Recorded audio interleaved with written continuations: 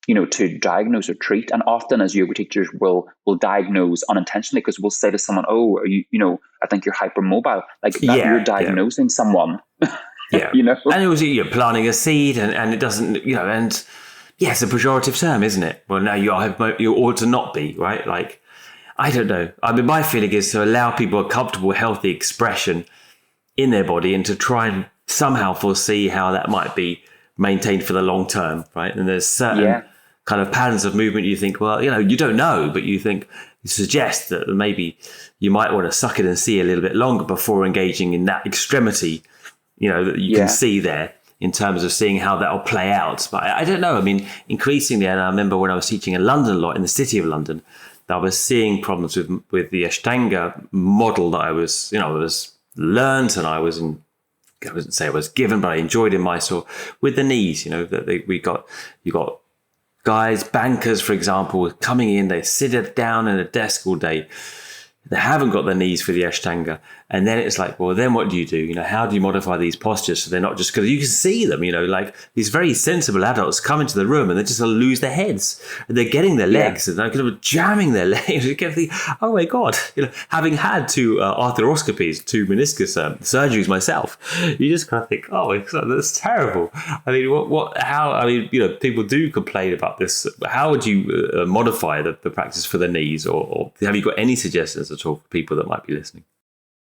I think it's really challenging because often people just don't want to hear what you have to say, in terms of that student, because I've had so many students, and, what are you going to do? Are you going to ban them from the class, because you think they're forcing their body too much? Yeah, I don't know. It's like, and I don't think that necessarily then, oh, let's just allow them to get injured and then they'll learn. I don't think that's, either. I don't think that's the good way. So no, but not walking over to them either and going, well, you just relax, or this is going to add kind of fuel to the fire, isn't it? Oh, don't do that, or just doesn't really help. Because ideally we'd be able to really get it through to people that the asana practice is so much more than the physical, and so many people there are there for such clear physical goals. But again, it can be very challenging to get that through to people in a group environment, but also when you're only maybe seeing them once every few weeks or whatever it is. Yeah, I don't know. I think I just think that as a yoga community, we just have to keep reiterating these messages that it's not all about the physical, and that forcing the body isn't appropriate, that the use of props or the use of modifications is really important. It's not a sign of weakness to do that, that we're all individual, and that we have to then realize that we'll have individual needs. And it's hard. It's not easy, but I think that the more we chip away at that, hopefully the message will start to kind of get into people, but I think what we're trying to kind of do, really, if we're talking about alignment, is cultivate an inner attitude of alignment with one. I mean, it's a bit cliche, isn't it? But alignment with oneself, or with an attitude of nurturing from the inside out, rather than kind of a mental. It's just one more thing you've got to get right. Oh, I'm not aligned. I mean, I've had it myself. I'm not aligned. The teacher here says I ought to. And I'm just another thing that I've got wrong. Another thing that I've not, that I'm willfully not doing, or my body isn't good enough because it isn't aligned. I mean. And I've always, and more recently, taught a much more, I suppose, I hesitate to use the word traditional, or at least we're talking 50 years back, approach to the Ashtanga practice, where we're encouraging people to pull back from the forward fold and engage with the lower abdomen and this kind of area we call bandha. I don't like to use this word too much, but rather than these straight lines that we have in the kind of alignment principles originally, that we ought to be straight and stacked, and parallel lines, which I think is a kind of Western aesthetic, which has then been fed into ideas on the body. The body has now been squashed into straight cubes. Yeah, it's complicated, isn't it? It's so layered, and and then it's like, how do we start to unpack all of that? I heard that recently you've been you've been part of like creating like a forum for Ashtanga teachers. Is that correct? So you talk about I did one, and we're going to do it. Moving forward in Ashtanga, we did one with Eddie Stern, and we've got another one on women in Ashtanga coming up soon. But I'll keep on doing it. I think the importance of different perspectives. That for me is the point of my work. And to bring different perspectives. And I think there's so much power in that, because as a collective group, if you can all share ideas and come up with something that you'll believe work, like that will help to shift the culture, and that's then going to help students that come into the shala to force themselves less. I think, where there's only so much control that we're ever going to have in that, and who we have walking in and how they're going to conduct themselves. I suppose also the realization that it's a process, and with all the best will in the world, I would never have. I had kind of teachers, say, hey, you don't need to practice in that manner. When I was 20 years, full of the anger of a young male, and I was practicing in a harsh, rajasic kind of way, and and I had negative feelings towards myself, and but in a way, the practice was a vehicle for that. It was a vehicle for the expression of that, and I felt that the best advice I had, which was from John Scott, is practice the way you feel. In a way, I mean, okay, that could have potentially taken me towards pushing myself to injury, but then I don't know. It's all a process, and that rather than repressing one's sense of self-expression, I ought to practice in a more restrained way, in a right way, rather than thinking of it as an expression of what's inside in a more holistic way, that you're expressing that, and there's no inherently right or wrong way to express your own feelings about your own self and your own body, Exactly. And I think the difficult thing is that we're kind of fighting against basically social media, which is constantly showing images of what an asana should be. And it's often all this fancy stuff. And I'm just like, because as someone who's new to yoga, you just are getting this such clear idea that, again, there is a right and a wrong way to do things. And it's just hard. It's hard, and then, it's hard. And then it's hard to it's always about degree, isn't it, as well? That's the trouble, is that the asana image is about degree, isn't it? Because it's the only visible sign you've got of doing well is the degree, the quantity in which you could do the stretch. Well, it doesn't talk about the feeling of what you're getting. I mean, I remember I've done loads of asana shoots, and you do these advanced looking, and you feel nothing at all.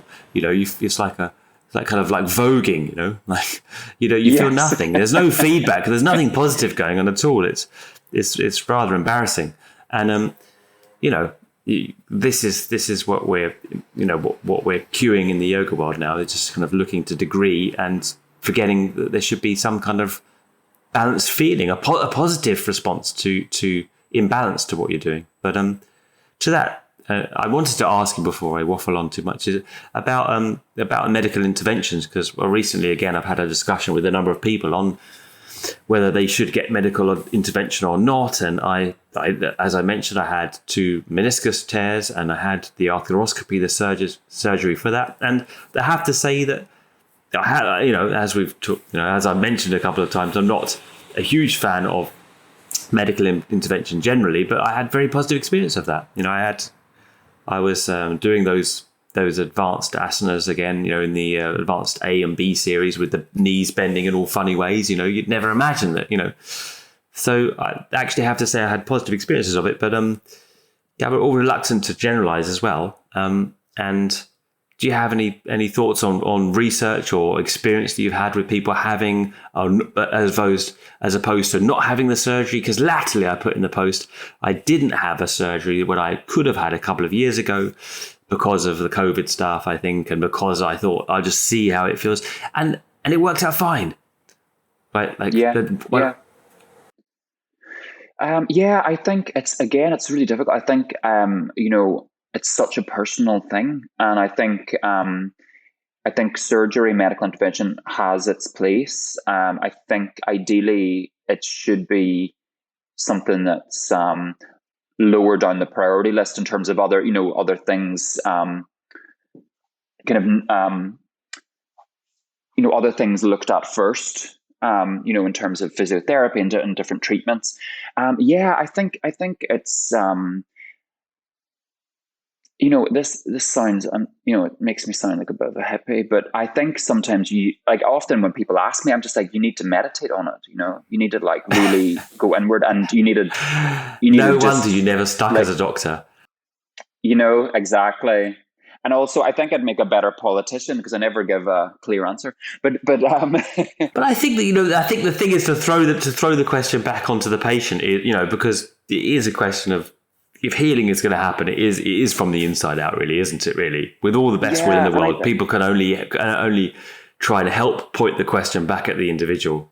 Generally, I think. Yeah, and I think the body does have a miraculous way of healing, but there's sometimes you need help with that. And these structures inside the knee joint, have such limited blood supply, and it can take a lot. The healing process can be very, very prolonged, and sometimes we need assistance with that. And if that feels like the right thing to do, then I think you need to do it. Yeah, again, I just think that I don't think there's like a checklist of if you're having this and this, you need surgery, and if not, I think it's just, and get second opinions. If you go to see a doctor or a surgeon and something about it doesn't resonate with you, that's okay. Go and get another opinion from someone else about what you should do, and then hopefully you can come up with a plan that actually resonates. No, I realise I wasn't meant to be putting you on the spot. I just wondered that's a good advice. For example, for the start, that's a good, get a few opinions. Yeah, I suppose the other obvious things are give it a bit of time and see how it pans out.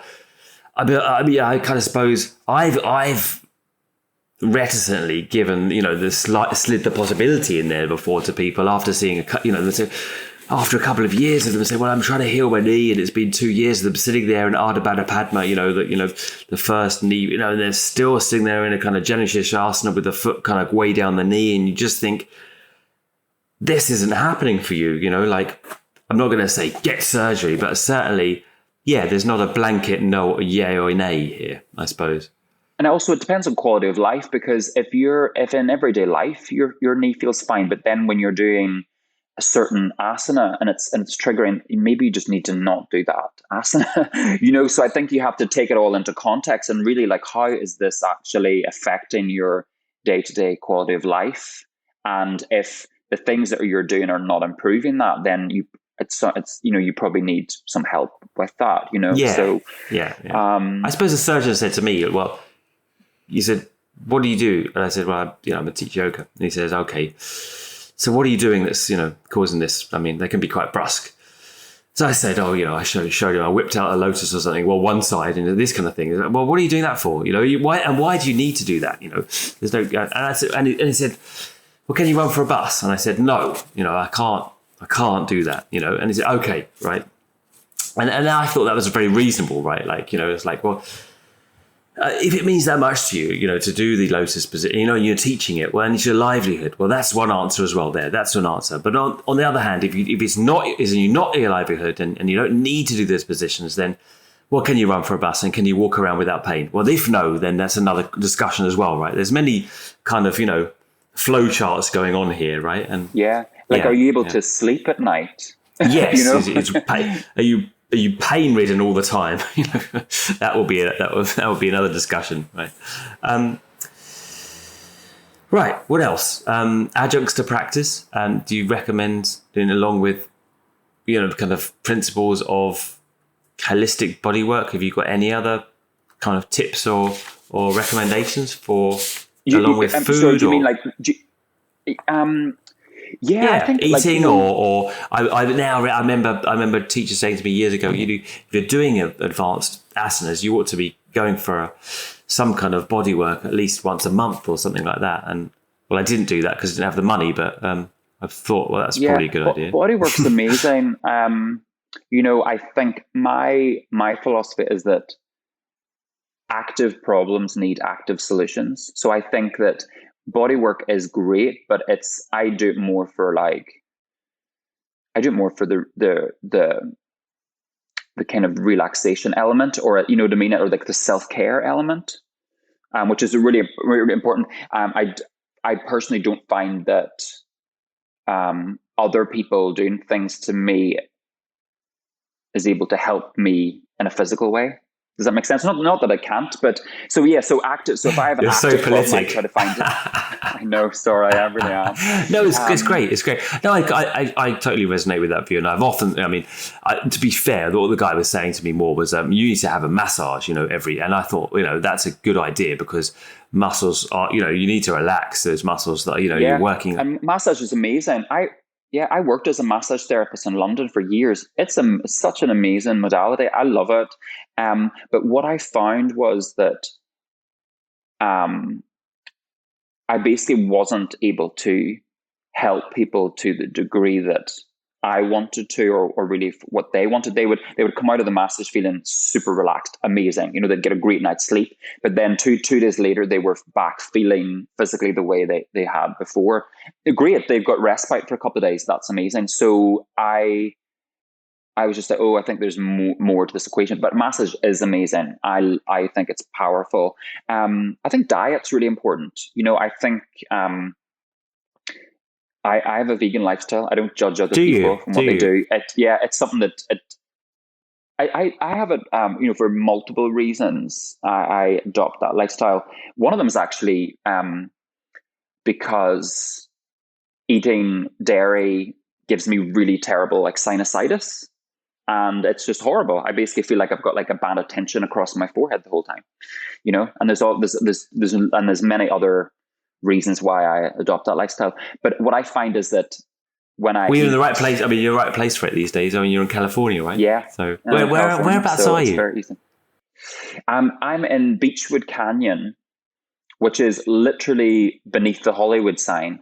Okay, well, there's loads of vegan places around. You can't throw a stick without. You probably can't not be vegan there now. It's amazing. It's really amazing. It's the amount of options we have here is incredible, But when I eat lighter, I wake up feeling lighter, and then it's way easier for me to be physical. I don't think there's anything worse than waking up just feeling sluggish and feeling heavy. You're feeling like you're still processing all the food from the day before. And do you still do a daily practice? You still wake up? I do a daily practice, yeah. But it's very different to what it used to look like 10 years ago. I basically roll around on the floor, Adam. That's all right. Sounds great. Yeah, I love it. I love it. It's very gentle, very nurturing. A lot of somatic movement. And then I am very active, so I hike and I swim, and I will, do other things. I'm so grateful to live in an area where I'm able to get out in nature, and that's really important for me. So it's definitely part of my daily lifestyle. I'm a different person if I don't have my practice. I can feel it. It's so tangible. If I have left the house without practicing, it's I see the world differently. So you still feel that movement in the practice is different to the movement in the hiking or swimming or anything else. There's a specific quality in the yoga practice that resonates with you. 100%. It's just it's interesting, isn't it? Just that time to be quiet, and just to really check in with how I'm doing on so many levels is so powerful, and I can't do without that. I feel so grateful that I have yoga in my life, and my life would look totally different if I didn't have it. Do you feel the same? Well, I hope so. If I didn't, then I wouldn't admit it here. Of course I do. I was hoping to get an exclusive. Yeah, exactly. Yeah, no, he hates yoga. He's just doing it for the money. Bad choice. I haven't not practiced since I was 19. So, but I really needed it. I've been patently honest that I needed it, doing a philosophy degree and coming from a certain place where I needed it for really emotional, psychological reasons, more than physical. I was always a physical kind of guy, and that wasn't such a problem. It was really the mental stuff that I had to do it. I came after the first class. I felt the first class, it was just such a relief to feel a bit calmer and less likely to go into a full-blown kind of anxiety attack that on any moment that I just had to do it, so since that time I've practiced, and earlier I talked about meditation and how it was a daily practice for me for years and years, and now it's not a daily practice. It's something I still do regularly, but it's like I have to have something, I have to, if it's not meditation, I have to have my yoga practice. I'm the same with you, and I feel also that if we want to feel calm and present and have a low level of anxiety, we have to put the work in every day. I think we're fighting a lot against a lot of things in this kind of life that we're all living, and I think a daily practice, whatever that means to you, is so important. And I don't think you get to just practice for 20 years and then stop and keep feeling that way. I think you have to put the kind of work and effort in every day if you want to feel good, Yeah, exactly. Yeah. No, I did experiment for stopping for a short period, but I had a shoulder injury and it didn't work out so great. So I totally agree. Finally, I've just always like to do this little round. I'll give you one guilty pleasure and one inspiration. It can be a place, a person, a book, or anything. And the guilty pleasure, don't say chocolate because we've had too many chocolates. Have to make more creative. I do. I enjoy don't think alcohol. too hard. You enjoy, that's a good one. I'm Irish, but I have no tolerance for alcohol. So basically, I'm like the worst Irish person. I get the worst hangovers. But no, I enjoy a drink. Can I say this in your podcast? I'm just going to say this in your podcast. I love magic mushrooms. Oh wow! Right, that's all right. Okay, yeah. Right. You can say that, of course. That's cool. Yeah. Right. I love magic mushrooms. I have such respect for magic mushrooms. I never take them in a recreational way. It's very, in a way, therapeutic. It's done with tons of respect and with intent. Okay, well that's just opened up a whole new podcast for us. No, it's not guilty at all. That's very interesting. And let's reconvene on that at a later date. But inspiration. Yeah. What do I draw inspiration from? I think from nature. I'm lucky that I'm able to do a yoga practice outside, and I'm surrounded by all these beautiful plants, and I basically love seeing the journey of these plants every day and seeing something new sprout and see a plant that was once kind of struggling now thriving. And it's crazy, isn't it? And it's just like the resilience. It's amazing, and it's really special to observe that, and it gives me so much inspiration. I love it, and I'm so grateful to have that in my life. You must be green fingered then. You're not killing them, the plants. My husband is green fingered. He looks after them, and I get to reap the benefits, so it's perfect. It's good balance. Well, that's about an hour. Thanks for joining us. And I think you've written one book, and are you writing another one, or was it a course, or there's some big work you're working on?